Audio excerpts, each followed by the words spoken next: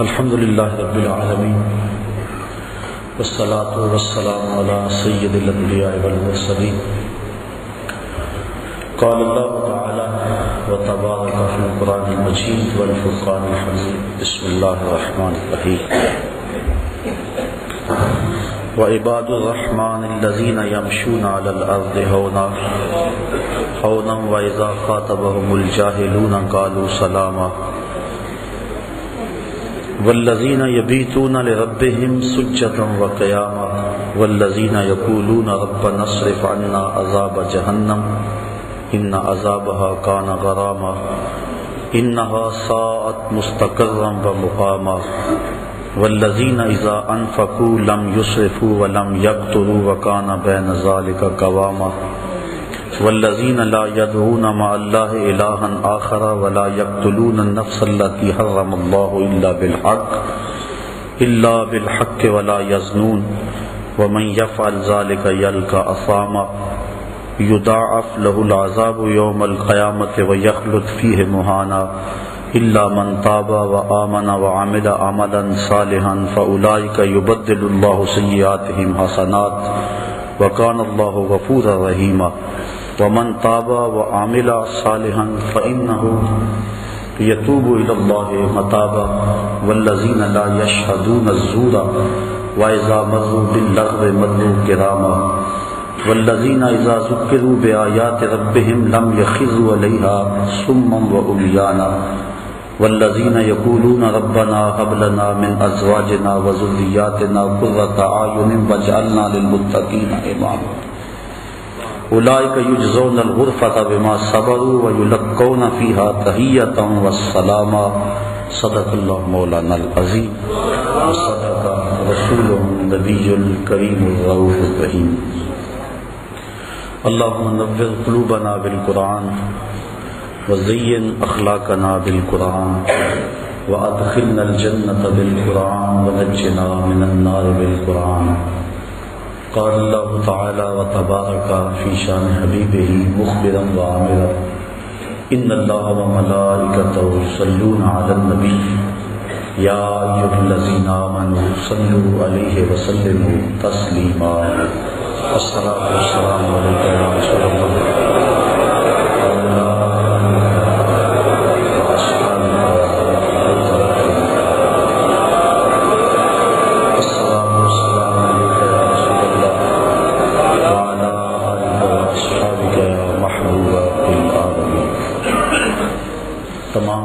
اللہ تعریف و توصیف اللہ جل مجدہ الکریم کی ذات پاک کے لیے جو خالق کائنات بھی ہے اور مالک شش جہات بھی۔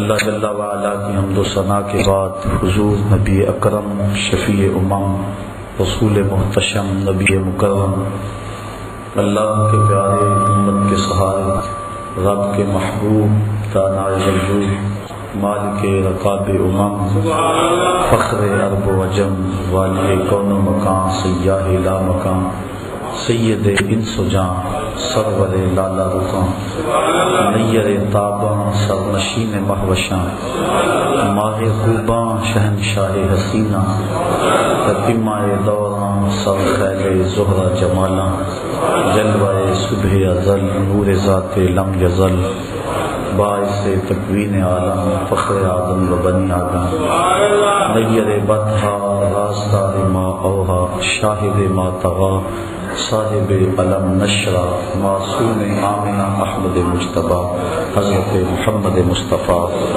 صلی اللہ علیہ وسلم کے حضور ناز میں اپنی عقیدتوں ارادتوں اور محبتوں کا خراج پیش کرنے کے بعد واجب الاحترام ذوی الاحتشام معزز محترم سامعین خواتین و حضرات السلام علیکم ورحمۃ اللہ وبرکاتہ۔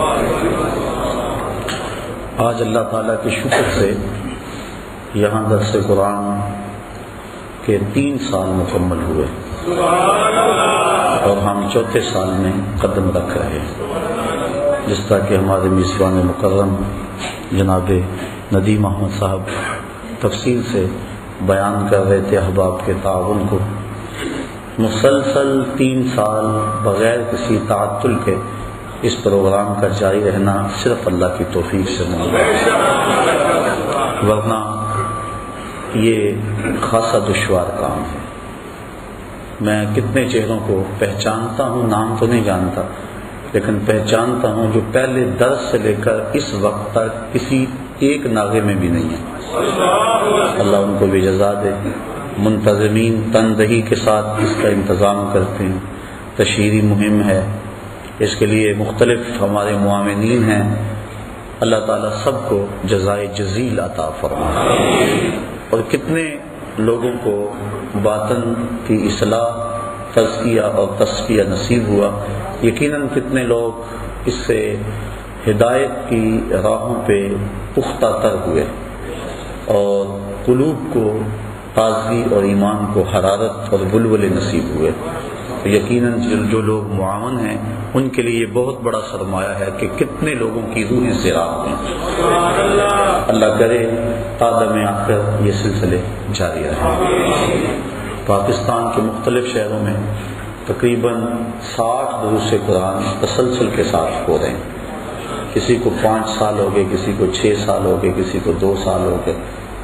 اللہ کی توفیق سے ہے، کبھی ہم سوچنے بیٹھیں تو بڑا مشکل سا لگتا ہے کہ ایک دن میں 5 جگہوں پہ پہنچنا یہ کتنا مشکل ہے، لیکن جب اللہ تعالیٰ کسی کے لیے اپنی دین کی راہیں آسان کر دے تو پھر اس کے لیے مشکل نہیں ہوتی۔ تو میں وَنُيَسِّرُكَ لِلْيُسْرَىٰ، اس کو ہم آسان کر دیں تو پھر مشکل نہیں ہوتا۔ اللہ اس میں سہولتیں اور وقت میں برکتیں پیدا فرمائے۔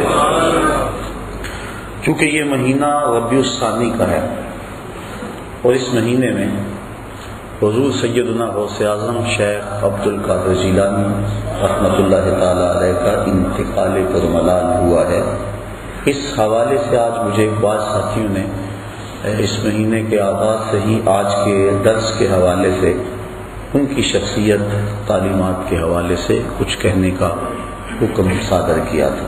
کیونکہ یہ درس قرآن ہے، اس لیے میں نے جو عنوان منتخب کیا اس میں آپ کی کچھ تعلیمات کو ضرور ذکر کروں گا تاکہ آپ کی روح کی برکتیں بھی ہم سب کو نصیب ہو جائیں۔ جس مضمون کا آج کی اس نشست میں انتخاب کیا گیا ہے وہ بڑا اہم مضمون ہے۔ میری اور آپ سب کی ضرورت ہے کہ ہم اللہ کے کسی کامل بندے کی قربت حاصل کریں اور اس کی صحبت میں رہ کے اپنے من کے روگ ختم کریں۔ ہمارے اندر سے بغض، کینے، حسد، نفرتیں، کدورتیں کیا کچھ بھرا ہے، یہ سینے کتنے لبریز اور گندے ہو گئے، ان کو مصفا کریں، ان کی پاکیزگی اور طہارت کا سامان کریں اور اپنے اندر اجالے اور روشنیاں بھر لیں۔ اب اس سچی طلب کے لیے ہم سفر کرتے ہیں، لوگوں کے پاس جاتے ہیں اور کئی جگہوں سے دھوکہ کھاتے ہیں۔ دھوکہ کھانے کی سب سے بڑی اور اہم وجہ ہے کہ ہمیں اللہ کے بندے کی پہچان نہیں ہے۔ ہم نے خود ساختہ کچھ ضابطے مقرر کر رکھے ہیں اور جن کے ذریعے ہم اور جن ضابطوں کے مطابق ہم لوگ تلاش کرتے ہیں، لیکن وہ تو اس راہ کے مسافر ہی نہیں ہوتے اور ہم پھر بدظن ہو کے بعض بات تو دین سے ہی دور ہٹ جاتے ہیں۔ لیکن اگر طلب سچی ہو تو انسان اس سفر کو پھر بھی جاری رکھتا ہے۔ اللہ کے نام پہ 100 بار بھی دھوکہ کھائے پھر بھی وہ حق کا مسافر رہتا ہے، اور جو سچا مسافر ہو اس کو ایک دن منزل ضرور نصیب ہوتی ہے۔ اس لیے اللہ والے کون ہیں، کن کی چوکھٹ پہ جائیں، اور عباد الرحمن کون ہیں۔ یہاں سورہ فرقان کے اندر بڑی وضاحت کے ساتھ اہل اللہ کی، عباد اللہ کی، عباد الرحمن کی نشانیاں اور صفات بیان فرمائی گئی۔ اللہ کے بندے کی پہچان اور معرفت یہاں ارشاد فرمائی گئی۔ توجہ چاہوں گا، ارشاد ہوا وَعِبَادُ الرَّحْمَنِ الَّذِينَ يَمْشُونَ عَلَى الْأَرْضِ هَوْنًا، اللہ کے بندے زمین پر آہستہ چلتے ہیں، وقار سے چلتے، ان کی چال ڈھال میں وقار ہوتا ہے، غیر مرتب ان کی چال نہیں ہوتی۔ ایک نشانی. وَإِذَا خَاطَبَهُمُ الْجَاهِلُونَ قَالُوا سَلَامًا، اور جب ان سے جاہل مخاطب ہوتے ہیں تو وہ الجھتے نہیں، بحث میں نہیں پڑتے، اس کو کہتے ہیں بابا سلام کو. سلام مفارقت یعنی ترک کرنے کا سلام، کہ تو بھائی ڈاڈا بس جان چھوڑ دے. تو وہ بحث جاہلوں سے نہیں کرتے، ان سے جو ہے وہ الجھتے نہیں، بلکہ قالوا سلام کہتے ہیں کہ بابا تجھے سلام ہو. دوسری نشانی بیان فرمائی. والذین یبیتون لربہم سجدا وقیاما، اور وہ اللہ کے حضور اپنی راتیں کبھی سجدے میں گزارتے ہیں، کبھی قیام میں گزارتے ہیں. ان کی راتیں یوں ہی گزر جاتی ہیں. ایک دوسرے مقام پہ فرمایا تتجافی جنوبہم عن المضاجع، ان کی کروٹیں بستروں سے الگ رہتی ہیں. تو وہ راتیں اللہ کی عبادت میں گزارتے ہیں. حضرت عبداللہ ابن عباس رضی اللہ تعالی عنہ جو کہ رئیس المفسرین ہیں فرماتے ہیں جس نے عشاء کے بعد 2 یا 2 سے زیادہ رکعتیں پڑھ لی اللہ تعالیٰ اس کو رات جاگنے والے کا ثواب عطا فرمائے، اور وہ اس آیت کا مصداق ہوگا جو 2 یا 2 سے زائد رکعتیں رات کو نماز عشاء کے بعد پڑھ لیتا ہے. اللہ اکبر. اور ایک روایت کے لفظ ہیں کہ جو بندہ عشاء کی نماز جماعت سے پڑھتا ہے اس کو نصف رات تک جاگنے کا ثواب دیا جاتا ہے، اور جو پھر فجر کی نماز جماعت سے پڑھ لیتا ہے اس کو ساری رات جاگنے کا ثواب. اس لیے عشاء کی نماز بھی جماعت سے اور فجر کی نماز بھی جماعت سے، اس کا اہتمام ہونا چاہیے. اور اللہ والوں کی ایک نشانی یہ ہے کہ وہ اپنی راتوں کو بیدار رہ کے گزارتے ہیں، خوف و طمع کے اندر اپنی راتوں کو گزارتے ہیں. والذین یقولون ربنا اصرف عنا عذاب جہنم، اور وہ کیا کہتے ہیں اے اللہ ہم سے جہنم کا عذاب پھیر دے. راتوں کو عبادت میں گزارنے کے باوجود ان کے خوف اور ان کی خشیت کا عالم یہ ہے کہ پھر بھی عرض کرتے ہیں مالک ہم سے عذاب پھیر دے. وہ عبادت کی وجہ سے متکبر اور مغرور نہیں ہو جاتے کہ ہم اتنی عبادت کر رہے ہیں، کہا نہیں، وہ یہ دعا کرتے ہیں والذین یقولون، اور وہ جو عرض کرتے ہیں ربنا اصرف عنا عذاب جہنم، اے اللہ ہم سے عذاب جہنم کو پھیر دے، ہم اس کے سہنے کی سکت نہیں رکھتے، ہمیں یوں ہی معاف کر دے. حضرت غوث اعظم شیخ عبدالقادر جیلانی رحمۃ اللہ تعالی علیہ اللہ کی بارگاہ میں عرض کرتے ہیں مالک مجھے نابینا اٹھانا قیامت کے دن، تیرے بندوں کے سامنے شرمسار ہوں گا. ہیں اعمال ان کے یہ، لیکن خوف اور خشیت کا عالم یہ. اللہ اکبر. وہ ڈرتے رہتے. حضرت سری سکتی رضی اللہ تعالیٰ عنہ جلیل القدر اولیاء میں سے ہیں. حضرت جنید بغدادی کے رشتے میں ماموں بھی لگتے ہیں اور شیخ بھی لگتے ہیں. کہتے ہیں میں تو اس بات سے ڈرتا ہوں کل قیامت کے دن اپنے رب کا سامنا کیا کروں گا، کیسے اس کا سامنے کر پاؤں گا.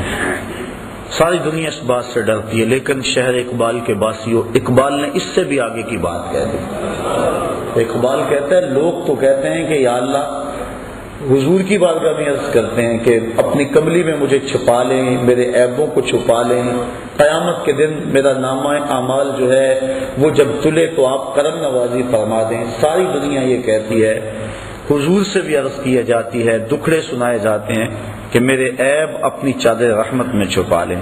لیکن اقبال کی فکر دیکھیے، اس نے کہا کہ مالک ساری زمانے کے سامنے چاہے میرے عیب نشر ہو جائیں لیکن حضور کے سامنے نشر ہو. تو غنی از ہر دو عالم من فقیر، روز محشر عذر آئے من پذیر، گر تو می بینی حسابم ناگزیر، از نگاہ مصطفیٰ پنہا پذیر. اے اللہ تو غنی ہے اور میں تیرا نیاز مند بندہ، بغیر حساب کے تو مجھے بخش دے تو تجھے کون سا بھار لگتا ہے، لیکن اگر میرا حساب لینا ضروری ہی ہوا تو میری گزارش یہ ہے کہ حضور کے سامنے نہ لینا، مجھے حضور رحمت للعالمین سے شرم آئے گا۔ کیسا عشق ہے اور کیسی محبت ہے جناب رسالت مآب صلی اللہ علیہ وآلہ وسلم سے۔ تو وہ باوجود عبادات کی کثرت کے یہ دعا کرتے رہتے ہیں، والذین یقولون ربنا اصرف عنا عذاب جہنم، تو وہ کہتے ہیں مالک ہم سے عذاب جہنم پھیر دے، ان عذابہا کان غراما، بے شک اس کا عذاب گلے کا پھندا ہے، سخت ترین ہے عذاب جہنم کا۔ ساری رات عبادت کرنے کے باوجود بھی وہ یہی کہتے نظر آتے ہیں۔ یہ نہیں کہ وہ کہیں کہ ہمیں جہنم ہمارے قریب بھی نہیں آئے گی، وہ جہنم کا تمسخر نہیں اڑاتے اپنی خانقاہوں میں بیٹھ کے، وہ جنت کا مذاق نہیں اڑاتے، بلکہ جنت کے طالب ہیں اور جہنم سے ڈرتے ہیں۔ حضور علیہ السلام سے بڑھ کر اللہ کا قرب رکھنے والا کون تھا؟ لیکن حضور بھی جہنم سے پناہ مانگتے رہے۔ اللہ اکبر۔ تو وہ اہل اللہ کی نشانیاں بیان فرمائی جا رہی ہیں، والذین یقولون ربنا اصرف عنا عذاب جہنم، عرض کرتے ہیں اللہ ہم سے عذاب جہنم پھیر دے، ان عذابہا کان غراما، بے شک جہنم کا عذاب جو ہے وہ گلے کا پھندا ہے، گلے کی پھانس ہے، انہا ساعت مستقرا و مقاما، بے شک وہ بہت ہی بری ٹھہرنے کی جگہ، بہت ہی بری۔ حضرت مجدد الفسانی رحمت اللہ تعالی علیہ فرماتے ہیں مکتوبات کے اندر، فرماتے ہیں جنت اللہ کی رضا کا مظہر ہے اور جہنم اللہ کے قہر و غضب کا مظہر ہے۔ اللہ جس پہ راضی ہوگا اس کو جنت میں بھیجے گا اور جس پہ ناراض ہوگا اس کو جہنم میں بھیجے گا۔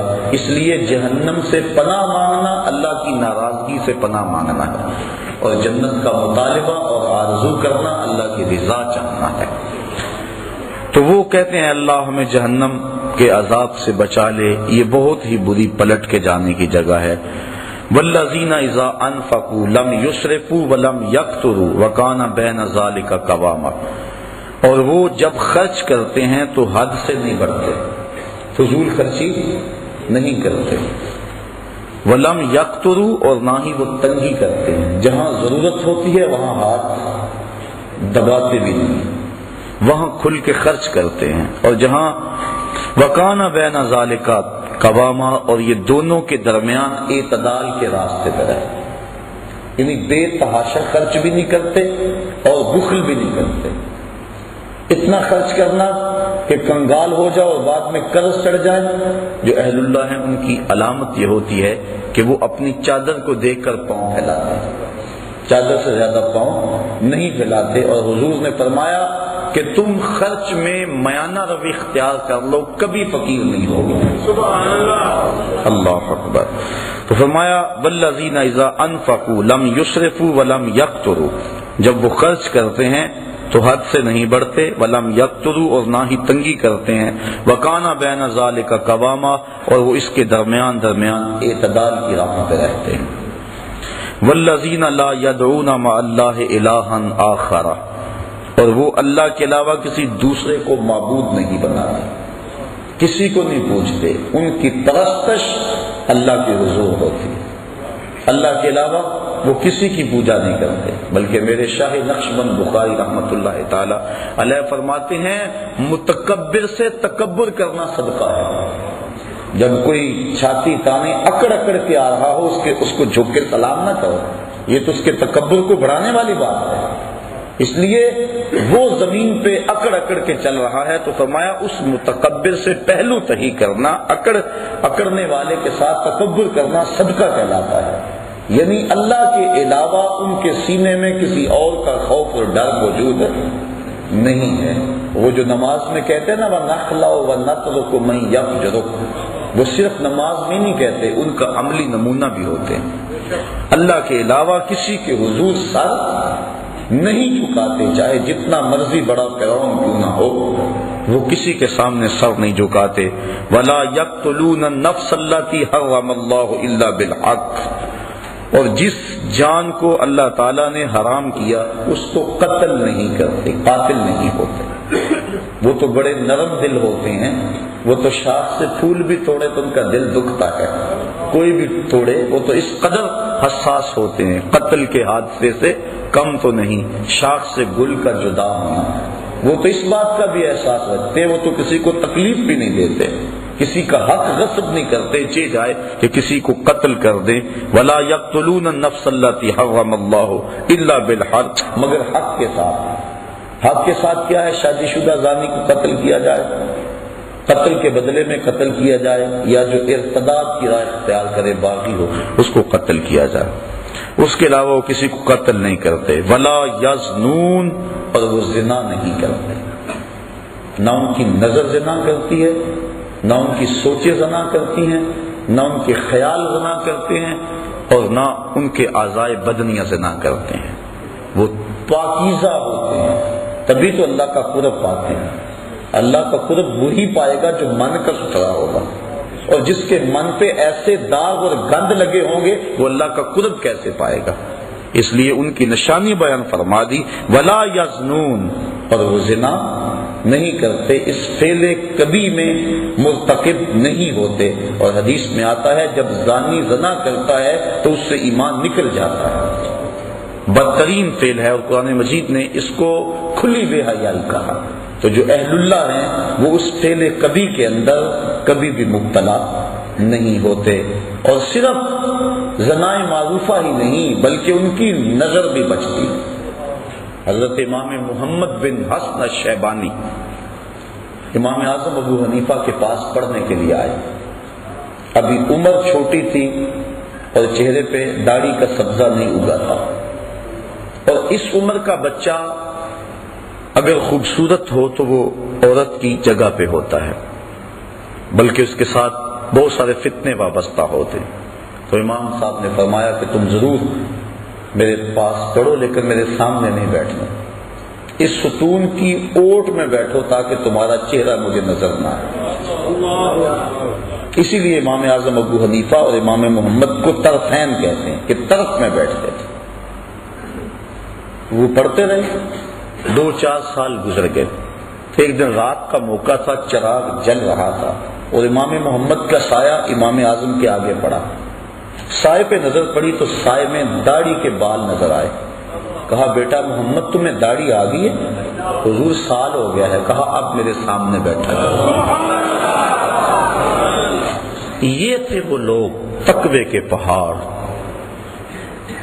کیونکہ جو ذلت العلماء ہے یا اہل اللہ کا جو پھسلنا ہے پوری قوم کو تباہ کرنے کے مترادف ہے۔ امام صاحب پانی بھرنے گئے نا تو ایک لڑکی پانی کا گھڑا سر پہ اٹھایا اور نیچے پھسلن تھی، تو کہا بیٹا ذرا سنبھل کے، اس نے وہیں گھڑا رکھ دیا۔ کہا اگر میں پھسلوں گی تو کیا ہوگا؟ یہ گھڑا ٹوٹ جائے گا نا، بازار سے 2 آنے کا اور لے آؤں گا، لیکن اگر آپ پھسل گئے تو پوری قوم برباد ہو جائے گی۔ اعلیٰ حضرت امام اہل محبت امام اشرف احمد رضا خان فاضل بریلوی رحمت اللہ تعالی علیہ فرماتے ہیں طبقہ علماء اپنی حفاظت کرنا۔ اگر تم نے مکروہ تنزیہیہ کا ارتکاب کیا لوگ تحریمیہ کرنے لگ جائیں گے، اگر تم نے مکروہ تحریمیہ کا ارتکاب کیا لوگ حرام میں پڑ جائیں گے، اور تم نے اگر حرام کا ارتکاب کیا لوگ کفر میں مبتلا ہو جائیں گے۔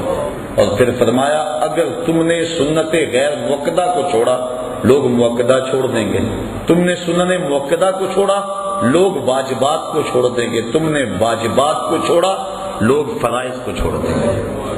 اس لیے بندہ جس قدر اونچے منصب کا ہو اس قدر اس کے تقاضے ہوتے ہیں۔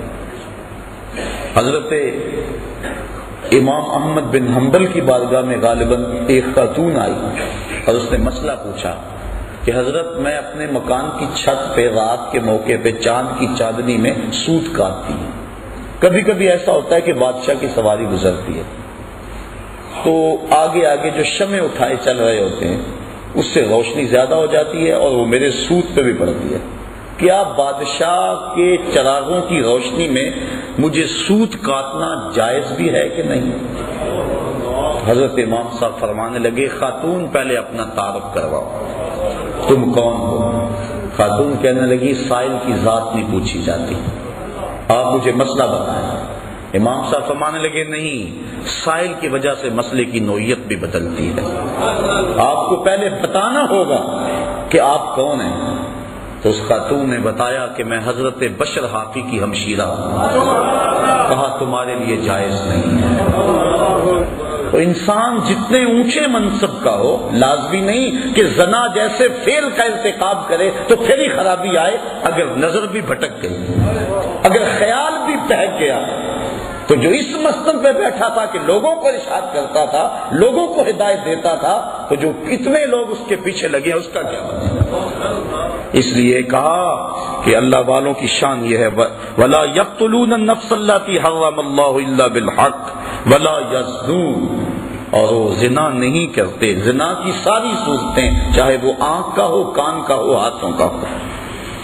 وَمَن يَفْعَلْ ذَلِكَ يَلْقَ أَثَامًا، اور جو یہ کام کرے وہ سزا پائے گا، سخت سزا ہے۔ بلکہ ایک روایت میں آتا ہے کہ قیامت کے دن وہ سخت رسوا کر دیا جائے گا۔ یضاعف لہ العذاب یوم القیامہ، قیامت کے دن اس کو دگنا عذاب دیا جائے گا، 2 گنا عذاب دیا جائے گا۔ وَيَخْلُدْ فِيهَا مُهَانًا، فِيهِ مُهَانًا، اور ہمیشہ وہ ذلت میں رہے گا، سخت تذلیل اس کی ہوگی۔ الا من تاب وآمن وعمل عملا صالحا، ہاں جو توبہ کرے اور ایمان لے آئے اور اچھے عمل کرے، کیونکہ ایمان کے بعد اچھے اعمال توبہ کے شجر کو پانی دیتے ہیں۔ اگر توبہ کے بعد اچھے اعمال نہ کریں تو وہ بوٹا پھر مرجھا جائے گا۔ بار بار توبہ کی، 2 لفظوں میں توبہ توبہ استغفر اللہ پڑھ لیا، وہ ایسا ہی ہوتا ہے کہ بس کے اندر جا رہے ہیں، سفر کرتے، آگے ایکسیڈنٹ ہوا، لاشیں بکھری پڑی ہیں، 2 منٹ کے لیے ڈرائیور بھی بند کر لیتا ہے ٹیپ کو، گانے بند کر لیتا ہے، توبہ توبہ ساری بس کرتی ہے، لیکن ابھی آدھا کلومیٹر نہیں گزرتا پھر ٹیپ کا بٹن آن، اور پھر سب وہی لچھن ہوتے ہیں۔ یہ توبہ نہیں ہوتی۔ حقیقت توبۃ الندم، توبہ کی حقیقت یہ ہے کہ شرمندگی ہو، دوبارہ عزم کر لے کہ یہ گناہ دوبارہ نہیں کروں گا۔ یہ توبہ تو تمسخر ہے، توبہ کی، پھر توبہ کی، پھر توبہ کر کے توڑ دی، میری اس توبہ پہ توبہ، توبہ توبہ کر اٹھی۔ یہ تو عجیب بات ہے۔ توبہ یہ ہے کہ عزم مصمم کر لے کہ میں اس کے بعد یہ کام نہیں کروں گا، اور پھر عمل صالح کر کے توبہ کے لگائے ہوئے پودے کو پانی دے۔ کہا الا من تاب وآمن وعمل عملا صالحا فاولئک یبدل اللہ سیئاتہم حسنات، اگر کوئی ایسا کر لے، اللہ فرماتا ہے ہم نہ تو صرف کہ اس کے گناہوں کو ختم کریں گے بلکہ ان کے گناہوں کو بدل کے نیکیوں میں تبدیل کر دیں گے۔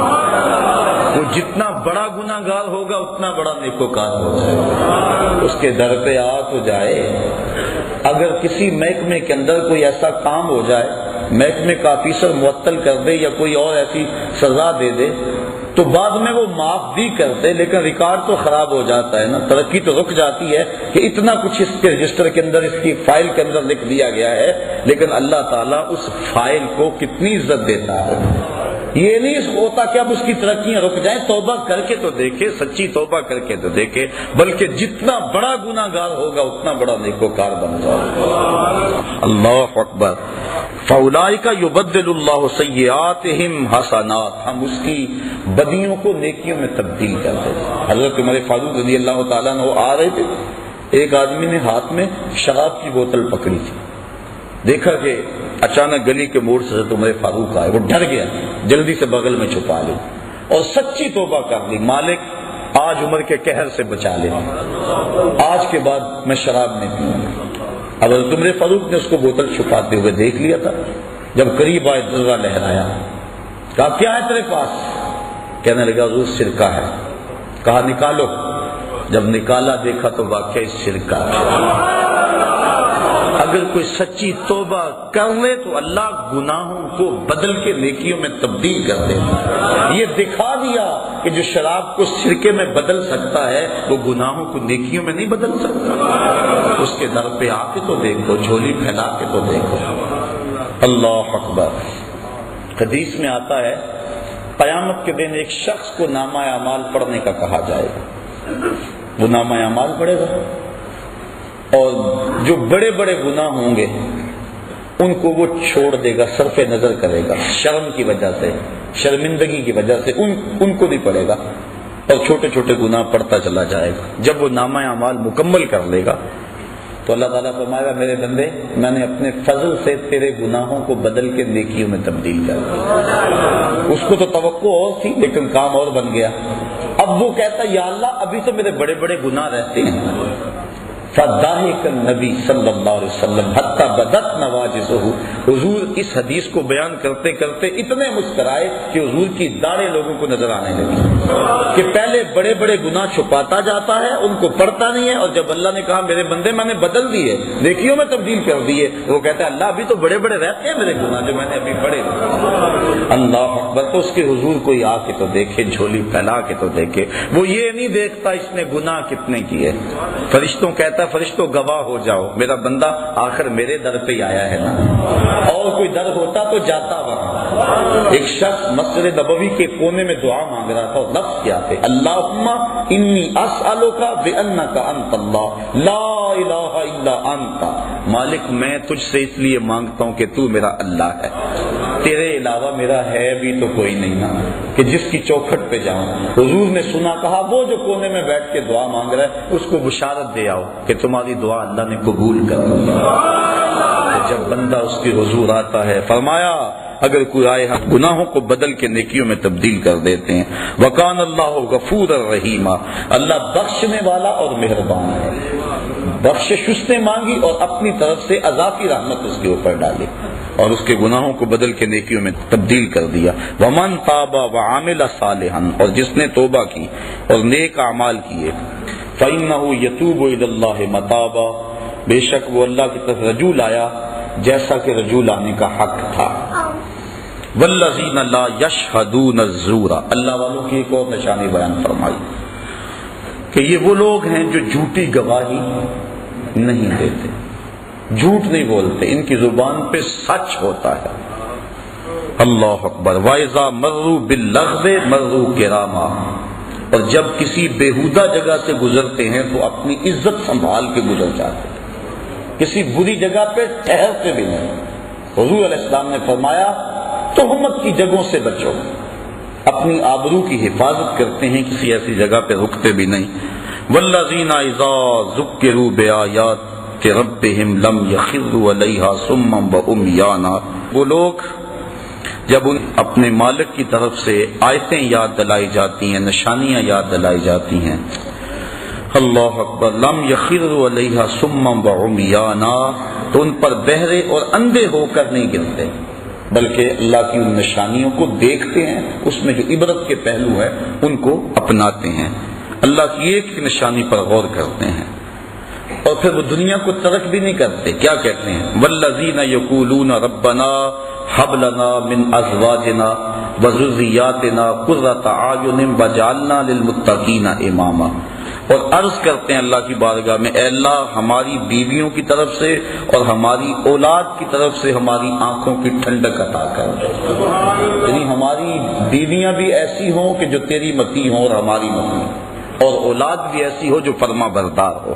اور ہمیں آنکھوں کی ٹھنڈک ان کی طرف سے نصیب ہو جائے۔ آنکھوں کی ٹھنڈک سے مراد کہ خوشی نصیب ہو۔ علماء نے بیان فرمایا ہے کہ جب غم میں آنسو نکلتے ہیں تو وہ گرم ہوتے ہیں، اور جب خوشی سے آنسو کو خوشخبری سن کے نکلے تو وہ ٹھنڈے ہوتے ہیں۔ اس لیے یہ کہنا قرۃ اعین کا لفظ عرب میں جو رواج ہے تو اس کا مطلب یہ ہے کہ تجھے خوشیاں ملیں، تجھے غم نہ پہنچے، تو وہ یہ دعا کرتے ہیں اللہ اولاد کی طرف سے ہمیں ٹھنڈک کی پہنچے، اولاد کی طرف سے غم نہ ملے۔ وجعلنا للمتقین اماما، اور ہمیں پرہیزگاروں کا پیشوا بنانا، امام بنانا، نہ صرف کہ ہمیں پرہیزگار بنانا بلکہ ہمیں پرہیزگاروں کا بھی امام بنانا، وہ دعا کرتے ہیں۔ اولئک یجزون الغرفۃ بما صبروا ویلقون فیہا تحیۃ وسلاما، کہا ان کو جنت کا سب سے اونچا بالا خانہ انعام ملے گا، بدلہ ان کے صبر کا، دنیا پہ صبر کیا، دکھوں پہ، مصیبتوں پہ، عبادات پہ صبر کیا، وَيُلَقَّوْنَ فِيهَا تَحِيَّةً وَالسَّلَامًا، اور وہاں ان کو سلامیاں دیے جائیں گی اور ان کے پیشوائی ہوگی۔ جب جنت میں داخل ہوں گے تو فرشتے ان کو سلام کریں گے کہ تم نے دنیا کے اندر اللہ جل شانہ کی رضا کے لیے اپنی زندگی گزاری، آج ہمارا سلوٹ اور ہمارا سلام قبول کرو۔ تو قرآن مجید نے یہ ان لوگوں کی نشانیاں بیان کی جو اللہ والے ہیں۔ اب دیکھیں ہم کس طرح کا ذہن بنائے پھرتے ہیں، اللہ والا کون ہوتا ہے؟ اب اللہ تعالیٰ نے قرآن مجید کے اندر جو ہے وہ اللہ والوں کی نشانیاں بیان کی۔ ان کی چال بھی وقار والی ہوتی ہے، ان کا لباس بھی وقار والا ہوتا ہے، ان کا اٹھنا بھی، بیٹھنا بھی، گزرنا بھی، چلنا بھی، اور ان کی دعائیں اور التجائیں اللہ کے حضور دیکھ لیں۔ آقا کریم سے بھی صحابہ نے پوچھا کہ حضور جن اولیاء کا آپ تذکرہ کرتے ہیں تو ان کی نشانیاں کیا ہیں؟ ایک نشانیاں یہ بیان فرمائی گی سورہ فرقان میں، تو حضور سے بھی سوال کیا گیا، ابن مردویہ میں بیان کیا، حکیم ترمذی نے بیان کیا، امام غازی نے بیان کیا۔ حضور علیہ السلام سے پوچھا گیا کہ حضور ہم اہل اللہ کو اگر تلاش کرنا چاہیں تو ان کی نشانی کیا ہے؟ فرمایا اذا رؤوا ذکر اللہ، اللہ والوں کی نشانی یہ ہے جب ان کے پاس بیٹھو، انہیں دیکھو، تمہیں خدا یاد آئے، ان کو دیکھ کر خدا کی یاد آ جائے، یعنی دین کی طرف تمہاری رغبت پیدا ہونے لگے اور برائیوں سے تمہیں نفرت ہونے لگے۔ جس شخص کی صحبت میں تمہیں دنیا سے دوری اور آخرت کی قربت اور اللہ رسول کا پیار نصیب ہونے لگے، سمجھ لو اس کا سینہ ولایت کے نور سے منور ہے۔ تو حضرت غوث اعظم سیدنا شیخ عبد القادر جیلانی رحمۃ اللہ تعالی علیہ کے حوالے سے جو مجھے تاکید بھی تھی، آپ نے اہل اللہ کی بالخصوص جو مسند مشایخیت کے اوپر بیٹھے ان کی 12 نشانیاں بیان کی۔ آپ فرماتے ہیں کوئی اس وقت تک قابل نہیں ہوتا اس بات کے کہ وہ لوگوں کو رشد و ہدایت کرے اور لوگوں کو اپنے زیر تربیت رکھے جب تک وہ 12 خوبیوں کا حامل نہ ہو۔ وہ کون کون سی 12 خوبیاں؟ فرمایا 2 خوبیاں اس میں اللہ تعالی والی ہیں، ایک اللہ کی صفت ستار کا مظہر ہو، ایک صفت غفار کا مظہر ہو، یعنی پردہ پوش ہو، چغل خور اللہ کا ولی نہیں ہوتا۔ دیکھو مرید نے تو سارے دکھڑے بیان کرنے ہوتے ہیں، گھر کی بات بھی کہنی ہے، بیوی کی بات بھی کہنی ہے، بچوں کی بات بھی کہنی ہے، سارے دکھڑے اس کے سامنے رکھنے ہیں، پر اگر اس کا سینہ اتنا بڑا نہیں ہے، کشادہ نہیں ہے، وہ دوسرے کو بتاتا پھرے گا ایک سے سن کر، تو پھر اس سے کہنے کا فائدہ کیا؟ بلکہ دانشمند تو لوگ کہتے ہیں جس کو راز کی بات بتا کر یہ کہنا پڑے جناب اسے راز رکھنا، تو اس کو راز کی بات بتانی نہیں چاہیے، اسے خود پتا ہونا چاہیے یہ بات راز والی ہے کہ نہیں ہے۔ تو یہ طریقت کا رکن ہے کہ پردہ پوشی کی جائے۔ بلکہ آپ دیکھتے ہیں طریقت میں ایک بہت بڑا نام ہے حضرت حاتم اسم کا۔ اسم کہتے ہیں جو کانوں سے بہرا ہو۔ حضرت حاتم رحمۃ اللہ تعالی علیہ کانوں سے بہرے نہیں تھے، لیکن انہیں پھر بھی بہرا کہا جاتا کیوں؟ اس کی وجہ یہ کہتے ہیں کہ حضرت حاتم کی مجلس میں ایک خاتون آئی، اس نے اپنا کوئی دکھڑا کہنا تھا، کوئی حاجت کہنی تھی، دوران گفتگو اس کی ریح خارج ہوگی، ہوا خارج ہو گئی، اس کو بڑی شرمندگی ہوئی کہ اتنے بڑے بزرگ اور میری ہوا خارج ہوئی، تو وہ شرم میں ڈوبی جا رہی تھی۔ حضرت حاتم اس کی خفت مٹانے کے لیے یوں کان پہ ہاتھ رکھ کے کہتے ذرا اونچی بولو، اس کو تاثر یوں دیا کہ میں بہرا ہوں اور میں نے وہ نہیں سنا جس سے تجھے شرمندگی ہو۔ پھر جب تک زندہ رہے بہرے بنے رہے کہ اس عورت کو جب بھی پتا چلے گا اسے شرمندگی ہو۔ یہ تھا فقر، یہ تھی درویشی، اور یہ تھے اللہ والوں کے اخلاق۔ آج تو چگلیاں کرتے پھرتے ہیں اور مسند ارشاد پہ براجمان، اللہ کی صفت ستار کا مظہر ہو۔ دوسری خوبی اللہ کی صفت غفار کا مظہر، بخش دینے والا، دل میں گرا باندھنے والا، چونکہ دوران سلوک سالک سے بڑا سرزد ہوتا ہے، وہ بیچارہ زیر تربیت ہوتا ہے، اس کی کسی بات کو دل پہ لگا لے اور گرا باندھ لے تو پھر کیسے تربیت ہوگی؟ تو اللہ کی صفت غفار کا مظہر ہو، معاف کر دینے والا، جس طرح وہ معاف کر دیتا ہے۔ 2 صفتیں اس میں حضور نبی رحمت صلی اللہ علیہ وسلم والی ہیں۔ ایک رفیق ہو دوسرا شفیق ہو، رفاقت کے حق کو جانتا ہو اور شفقت کا پیکر ہو، تنگ دل نہ ہو۔ اللہ تعالیٰ نے اپنے محبوب کے بارے میں فرمایا لو کنتا فظا غلیظ القلب لانفضوا من حولک، محبوب آپ اگر ترش روح ہوتے، تنگ مزاج ہوتے، ماتھے پہ تیوریاں لانے والے ہوتے، اتنے لوگ تیرے گرد جمع تو نہ ہوتے۔ یہ تو تیرے خلق کی بات ہے کہ اتنے لوگ تیری راہوں کے مسافر بنے۔ شفیق کو شفقت کرنے والا ہو، اپنے سالکین سے، مریدین سے، ان سے جو ہے وہ چڑ نہ کھا جائے، جلدی اکتا نہ جائے۔ آنے والے تو آتے ہیں، ان کے دکھڑے سنانے ہوتے ہیں، جلدی جلدی دروازے بند نہ کر لے بلکہ سنیں ان کے دکھڑے۔ آقا کریم صلی اللہ علیہ وسلم تشریف فرماتے، ایک بوڑھی آئی، اس نے حضور کو اشارہ کر کے بلایا، آقا کریم دروازے پہ بات سننے کے لیے چلے گئے۔ حضرت عمر فاروق کہتے ہیں ہمیں بڑا عجیب لگا لیکن کہہ کچھ نہ سکے کہ حضور خود گئے۔ کہا کہو کیا کہا؟ کہنا ہے۔ کہا میں نے آپ سے کوئی باتیں کرنی۔ کہا کرو۔ کہا یہاں نہیں کرنی۔ کہاں کرنی ہے؟ مسجد نبوی سے بات کھلی جگہ تھی۔ کہا وہاں کرنی۔ آقا کریم وہاں چلے گئے، وہ سنا رہی ہے، حضور سن رہے ہیں۔ 1 گھنٹہ 2 گھنٹے گھنٹے لگ گئے۔ حضرت عمر فاروق کہتے ہیں کہہ کچھ نہیں سکتے تھے کہ حضور سن رہے، لیکن غصہ بڑھا رہا تھا کہ نازک بدن، کڑکتی دھوپ، بے تک کی باتیں۔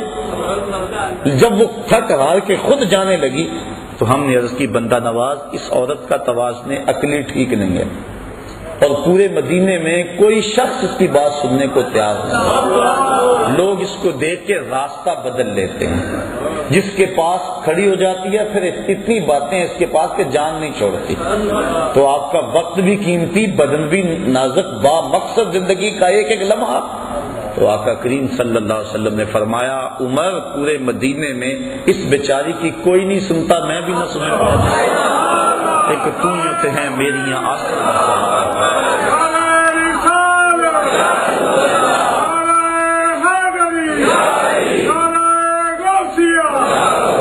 یہ جو دھکے دیتے پھرتے نا مریدوں کو، پیچھے ہٹ جاؤ پیچھے ہٹ جاؤ، پیر صاحب کا مزاج بڑا نازک ہے، پیچھے ہٹ جاؤ۔ وہ کیسا پیر ہے جو مرید کو کہ دکھڑے بھی نہیں سن سکتا، اس کو دلدار مان لیا جو دل بر ہی نہیں ہے، اس کو دل دے دیا جو دل کی کیفیت ہی نہیں جانتا۔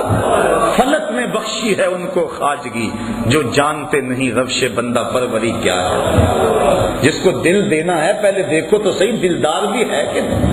تمہارے دکھڑے بھی نہیں سنتا، حالت تو اس نے بعد میں کرنے، دکھڑے سنے تو صحیح، تمہاری ڈھارس تو بندائے۔ اللہ اکبر۔ تو شفیق ہو رفیق ہو، کتنی شفقت۔ سنیے حضور ارشاد فرماتے ہیں لو تدخلوا شوقۃ فی رجل احدکم لوجدت علمها، میرے امتی تیرے پاؤں میں کانٹا چبھے نا تو اس کی تکلیف مجھے ہوتی ہے۔ اگر پیر مرید سے اتنی ہمدردی نہیں رکھتا تو پھر نظام خانقاہی سوائے کاروبار کی اور کچھ نہیں۔ یہ ہمدردی ہو، شفیق بھی ہو، رفیق بھی ہو۔ 2 صفتیں حضرت سیدنا صدیق اکبر والی ہوں، ایک صادق ہو دوسرا مصدق ہو، خود سچ بولے اور سچ کی تصدیق کرے۔ حضور علیہ السلام سے پوچھا گیا کہ حضور مومن بزدل ہوتا ہے؟ فرمایا نہیں، مومن بہادر ہوتا ہے، لیکن ہو سکتا ہے کبھی بزدلی کر جائے۔ اس طرح پوچھا گیا حضور مومن کنجوس ہو سکتا ہے؟ فرمایا نہیں، کنجوس نہیں ہوتا، مومن سخی ہوتا ہے، لیکن ہو سکتا ہے کبھی اس سے بخل ہو جائے۔ پھر پوچھا حضور مومن جھوٹا ہو سکتا ہے؟ فرمایا نہیں، جھوٹا نہیں ہو سکتا۔ اور یہاں بھی نشانی آپ نے پڑھی کہ وہ جھوٹی گواہی اللہ والا نہیں دیتا چاہے قیامت آ جائے، یہی تو اس کا کمال ہے۔ تو کہا ایک صادق ہو دوسرا مصدق ہو۔ 2 خوبیاں اس میں حضرت عمر فاروق والی ہیں، ایک امر بالمعروف کرے، دوسرا نہی عن المنکر کرے۔ یہ نہیں ہے کہ مرید ناراض ہو جائے گا اگر اس کو حق کی بات بتائی، وہ پھر پیر تو وہ ہوا جو مرید ہے، یہ پیر تو ہوا ہی نا، مرید تو وہ یہ بن گیا اور وہ پیر بن گیا۔ اس کا حق ہے کہ وہ ہر لمحے میں امر بالمعروف اور نہی عن المنکر کے فریضے سے کبھی بھی غافل نہ ہو۔ حضرت عمر فاروق رضی اللہ تعالیٰ عنہ کے حوالے سے، کیونکہ حضرت غوث پاک بیان فرماتے ہیں، کیونکہ آپ اس حوالے سے ایک امتیازی نام ہے، امر بالمعروف اور نہی عن المنکر کے حوالے سے جب لولو فیروز نے آپ کے اوپر حملہ کیا اور زہر میں بجھا ہوا خنجر آپ کے جسم میں پیوست ہو گیا، زندگی اور موت کی کشمکش تھی، تو ایک انصاری نوجوان آپ کا حال پوچھنے آیا. اس وقت بس سانسیں ٹوٹ رہی تھی. اس نے کہا حضور کیا حال ہے؟ تو آپ کی نظر اس کے ٹخنوں پہ پڑ گئی. اس کا تہ بند لٹک رہا تھا اور اس کے ٹخنے جو ہیں وہ تہ بند میں ڈھمپے ہوئے تھے. آپ فرمائیں میرا حال تو صحیح ہے، لیکن اے نوجوان اگر تو اس شلوار کو، اس تہ بند کو ٹخنوں سے اوپر کر لے، ایک تو تیرے کپڑے بھی پاک رہیں گے، دوسرا رب بھی راضی رہے.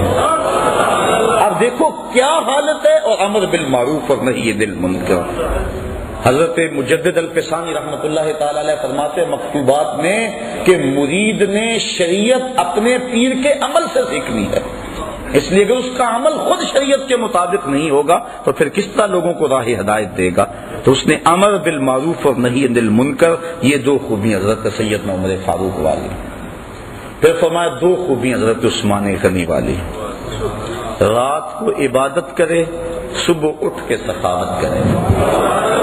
اور وہ صفت بیان ہو چکی، یبیتون لربہم سجدا وقیاما، اللہ کے حضور راتوں کو کبھی سجدے میں گزارتے ہیں، کبھی قیام میں گزارتے ہیں. ان کی راتیں یوں ہی گزر جاتی ہیں، اللہ اکبر، بلکہ راتیں مختصر پڑ جاتی ہیں.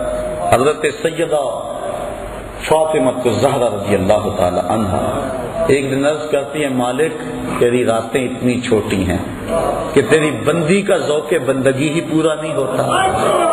ابھی میں سجدے میں سر رکھتی ہوں جب رات ختم ہو جاتی ہے، ایک رات اتنی لمبی کر دے تیری بندی جی بھر کے سجدہ تو کر دے. یہ ہیں وہ لوگ. تو کہا ایک رات کو عبادت کرنے والا ہو، صبح اٹھ کے سخاوت کرنے والا. سخاوت کا صرف تعلق مال سے نہیں ہے، سخاوت بدل است نہ بمال، بزرگی بعقل است نہ بسال. بزرگی عقل سے ہوتی ہے، سالوں سے نہیں ہوتی، اور سخاوت دل سے ہوتی ہے، مال سے. کمینے دل والا اللہ کا ولی وہ تو بانٹنے والا ہوتا ہے. فقیر کا مزاج ہوتا ہے کہ لوگ اس کے در سے خیرات لیتے رہیں، جسم کی قوت بھی حاصل کریں، روح کی قوت بھی حاصل کریں. بابا بلے شاہ فرماتے نا اٹ کھڑک کے دکڑ بجے تتا ہوئے چلا، آن فقیر کھا کھا جامن راضی ہوئے بلا. فقیر کی اس میں خوشی ہوتی ہے کہ کوئی آئے اور اس کی چوکھٹ سے شراب ہوتا رہے. کہا دو خوبیاں اس میں حضرت سیدنا علی المرتضی رضی اللہ تعالی عنہ والے، ایک عالم ہو، دوسرا بہادر ہو.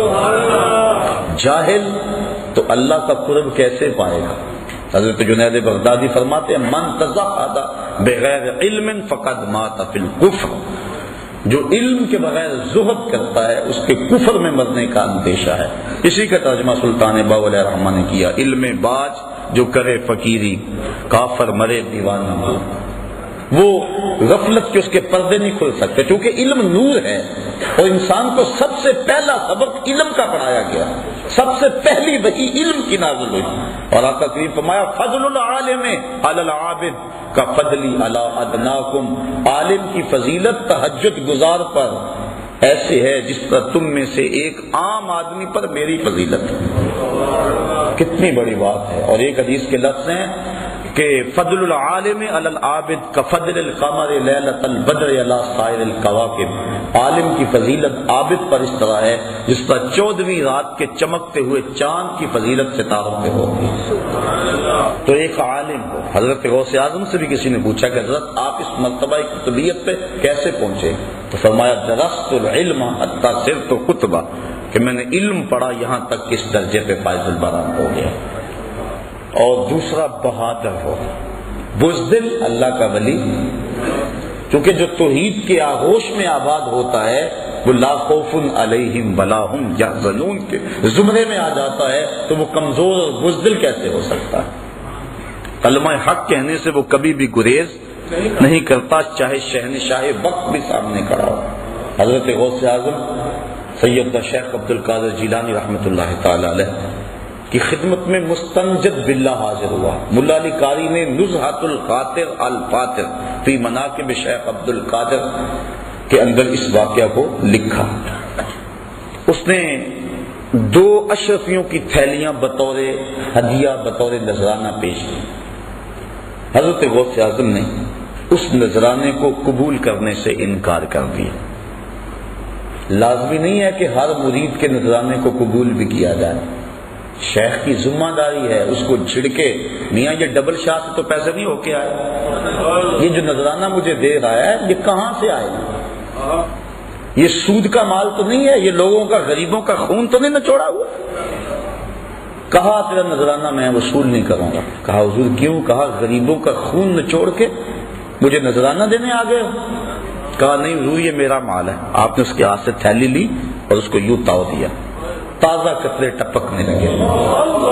کہا اگر مجھے قرابت رسول کا لحاظ نہ ہو, چونکہ یہ جو عباسی خلفاء کے حضرت عباس بن عبد المطلب رضی اللہ تعالیٰ عنہ کی اولاد تھے اور وہ حضور کے چچا لگتے تھے, اس لیے حضور سے قربت تھی اور یہ ان کی اولاد ہے. کہا اگر مجھے قرابت رسول کا لحاظ نہ ہو تو میں اس تھیلی کو نچوڑتا جاؤں, خون نکلتا جائے یہاں تک کہ تیرے محلوں کے دروازوں تک پہنچ جائے. اللہ اکبر. تو یہ بات سمجھ میں آ گئی کہ یہ نہیں ہر ایک سے نذرانہ قبول کر لے. پھر سارے ایسے بھی تو نہیں ہوتے کہ جن سے نذرانہ لیا جائے, کوئی ایسے بھی تو ہوتے ہیں جن کو دیا جائے.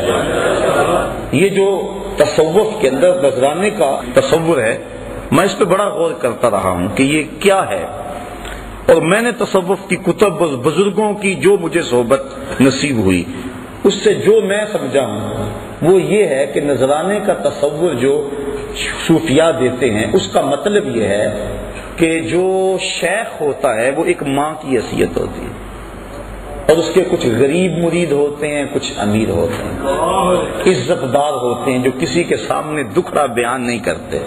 پیر کو انہوں نے بتایا ہوتا ہے دعا کے رنگ میں کہ میرے لیے دعا کر دے. اب تصور نذرانے کا یہ ہے کہ امیروں سے لے اور غریبوں کو دے.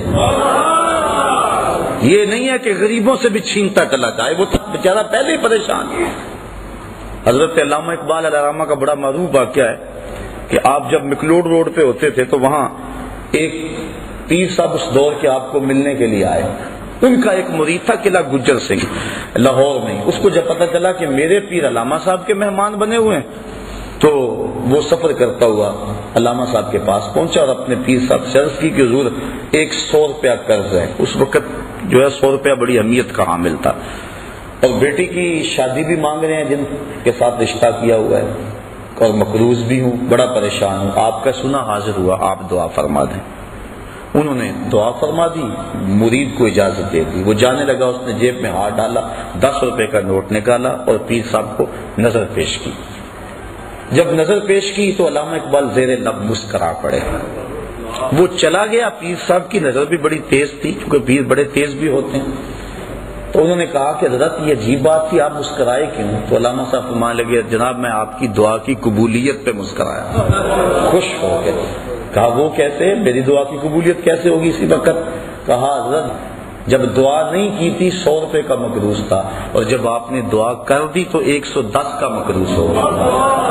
وہ بیچارہ تو ضرورت مند ہے اور دکھڑا سنا رہا ہے. بلکہ میں تو کہا کرتا ہوں کہ 2-3 مرتبہ جو آ کے دعا کا کہے اور کہے جناب قرض نہیں اترتا, وظیفہ بتاؤ, کوئی تعویذ لکھ دو, اگر پیر صاحب ثروت ہو تو اسے خود ہی خیال ہونا چاہیے کہ جو بار بار کہہ رہا ہے اس کا مطلب کیا ہے.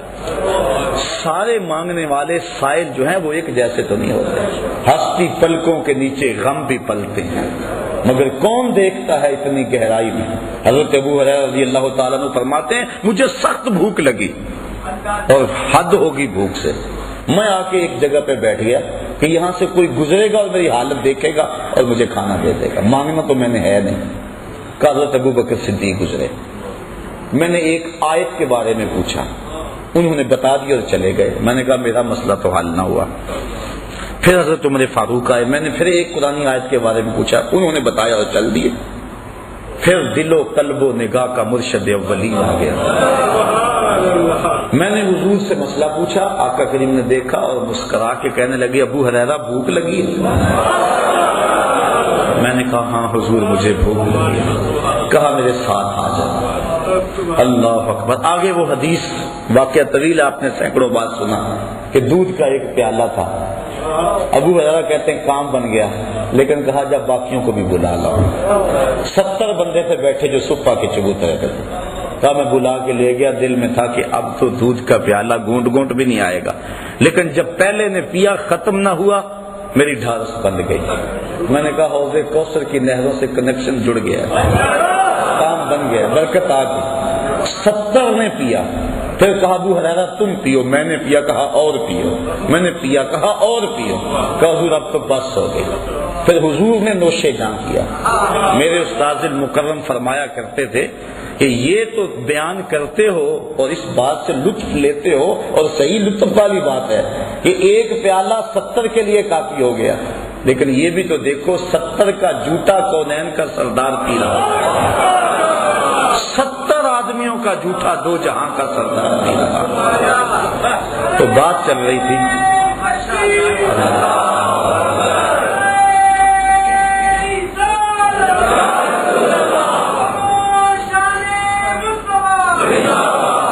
تو علامہ اقبال نے کہا میں اس بات پہ ہنسا ہوں کہ آپ کی دعا قبول ہو گئی.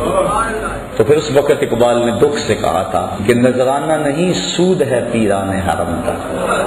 نذرانہ نہیں سود ہے پیران حرم کا، ہر خرقہ سالوس کے اندر ہے مہاجن. ہم کو تو میسر نہیں مٹی کا دیا بھی، گھر پیر کا بجلی کے چراغوں سے ہے روشن. تم باذن اللہ جو کہہ سکتے تھے رخصت ہوئے، رہ گئے قبروں پہ مجاور اور گور بند. میراث میں آئی ہے مسند ارشاد ان کو، زاغوں کے تصرف میں عقابوں کا نشیمن. نذرانہ نہیں سود ہے پیران حرم کا، ہر خرقہ سالوس کے اندر ہے مہاجن. شہری ہو دیہاتی ہو مسلمان ہے سادہ، بتوں کی طرح پوجتے ہیں کعبے کے برہم. تو پیر تو دکھ درد کا ساجی ہے، وہ تو روح کی رضا دینے والا ہے، وہ مانگت تو نہیں ہے. پہلے وہ کہتے ہیں پہلے بزرگوں کی نظر دل پہ ہوتی تھی، اور اب دل کے اوپر جو لگی ہوئی جیب ہے اس پہ ہوتی ہے. جو امیر ہوتا ہے، امیر بھی جان رہے ہوتے ہیں کہ یہ ہمارے ساتھ کیا ہو رہا ہے، اس کو اندر لے جایا جاتا ہے اور حجرے خاص میں بٹھایا جاتا ہے. اور جو غریب ہوتا ہے اس کو کہتا ہے تو اس درخت کے پاس بیٹھ جا اور 1.25 مرتبہ یا حیو یا قیوم پڑھ. اور وہ کہتا ہے مجھے حضرت صاحب نے وظیفہ بتایا میں اس لیے یہاں بیٹھا ہوا ہوں. وہ تو تجھے اپنے سے جو پیچھے ہٹا رہے ہیں. تو یہ کیا ہو گیا ہے؟ یہ دکھڑے ہیں، یہ تمسخر نہیں کر رہا میں، یا جو ہے وہ محض آپ کو خوش کرنے کے لیے نہیں، یا کسی مخصوص شخص کے اوپر کوئی تنقید نہیں ہے. اس وقت ہمارا رویہ ہے قوم کا، اور ہم لوگ ہیں کہ دن رات ایسے لوگوں سے لٹتے ہیں. گر نگہباں بن کے جو اہل چمن کی آبرو لوٹے، چمن والو عقیدت چھوڑ دو ایسے نگہباں. آؤ ان لوگوں کو تلاش کریں، جہاں قدم رکھتے ہیں وہاں اللہ کی رحمتوں کا نزول ہوتا ہے. ان لوگوں کو تلاش کریں جن کی زندگیاں لوگوں کے لیے ہدایت کا سبب ہے، اور جن کی زندگی کا ایک ایک لمحہ یاد خدا سے منور اور معطر ہے. ایسا نہیں ہے کہ ایسے لوگ ہیں نہیں. بعض تو کہتے ہیں میں تو ڈھونڈتا رہا مجھے تو ملا ہی کوئی نہیں. پتہ نہیں تو نے کہاں سے ڈھونڈا ہے. اللہ اکبر. بستے ہیں یہاں کچھ ایسے پراگندہ تباہ لوگ بھی، افسوس کہ تمہیں میر سے صحبت نہیں رہی. جن سے مل کر زندگی سے عشق ہو جائے وہ لوگ آپ نے شاید نہ دیکھے ہوں مگر ایسے بھی ہیں. ہم نے کپڑا لینا ہو تو ہمیں پتہ ہے فلاں دکان سے صحیح ملتا ہے، سارا شہر چھوڑ کے وہاں جاتے ہیں کہ نہیں. تو یہ بھی روح کی غذا ہے. یہ بھی ڈھونڈو، گلی گلی موجود ہیں، گھر گھر جو ہے وہ چراغ چل رہے ہیں. حضور کی امت اولیاء سے کبھی بھی خالی نہیں ہوگی تا آنکھیں خاتم الاولیاء امام مہدی تشریف لائیں. لیکن ان حقیقی لوگوں تک پہنچنے کے لیے ہمیں اس معیار کو سمجھنا ہوگا جو قرآن و حدیث اور ولیوں کے امام حضرت غوث اعظم کی تعلیمات کے حوالے سے میں نے آپ کے سامنے رکھ دیا. اللہ تعالیٰ مجھے آپ کو اپنی راہوں کا مسافر رکھے. 3 سال درس قرآن کا مکمل ہونے پہ اور 4 سال درس قرآن کا شروع ہونے پہ میں آپ کو مبارکباد پیش کرتا ہوں.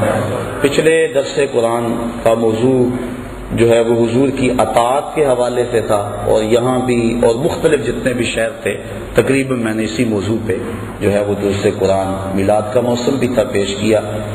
مجھے اطلاعات مختلف شہروں سے ملی ہیں کہ کتنے لوگ ہیں کہ جن کے چہروں پہ حضور کی سنت کا نور سج گیا. میں تو آپ میں سے بھی یہاں بھی کچھ لوگ موجود ہیں، میں ان کو مبارکباد تسلیم قلب دیتا ہوں۔ میں سمجھتا ہوں یہ ہے کامیابی، ورنہ کبھی کبھی میں سوچتا ہوں کہ یہ میں چکر ہی لگاتا رہتا ہوں، کبھی ادھر کبھی ادھر، سارا دن مالک اس کا کوئی فائدہ بھی ہے؟ لیکن جب کتنے لوگوں کو گناہوں سے توبہ کرتے دیکھتے ہیں، اندر بدلتا دیکھتے ہیں، اور گھروں کے ماحول تبدیل ہوتے ہوئے دیکھتے ہیں اور سنتے ہیں اور پیغام پہنچتا ہے، آپ جانیں اصل کمائی یہ ہے۔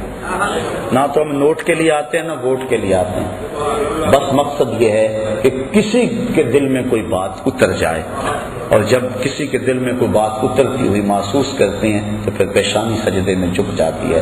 اللہ مجھے آپ کو اپنی رحمتوں کی پناہ میں رکھے۔